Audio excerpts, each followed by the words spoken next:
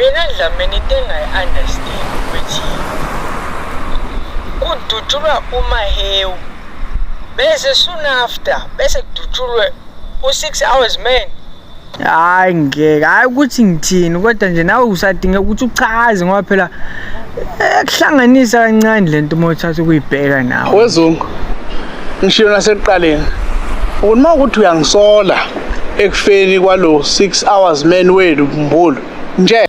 Hayi cha Dlamini, hayi ukuthi ngithini, mina ngenza umsebenzi wami phela nami enza umsebenzi wakho ke hamba uyobopha lo mgulukudu ocishe wabulala uMahewu. Hayi akwenziwa kanjalo Dlamini, kumele sibe nokufakazi phela, ngeke uvele uqhamuke sozobopha umuntu mayibuza uzothini. Obvious uzokubopha naye ngoba umbopha awunabufakazi, kumele sibe nokufakazi sazi ukuthi uyena ngempela owenzile okuthile. Mana nizomiyeka nje kanjalo?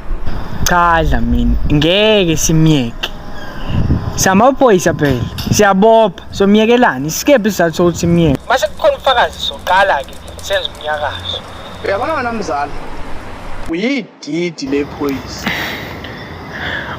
Dlamini, uyazi ukuthi ngumuntu omthetho njengoba uthi didi kumina, njengoba uthi didi kumina uthi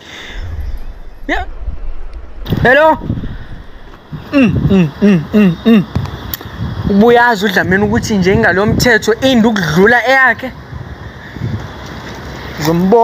Ngizombopha ngazi nini kodwa ngizombopha, ngizophela ukuthi ngiyamsaba.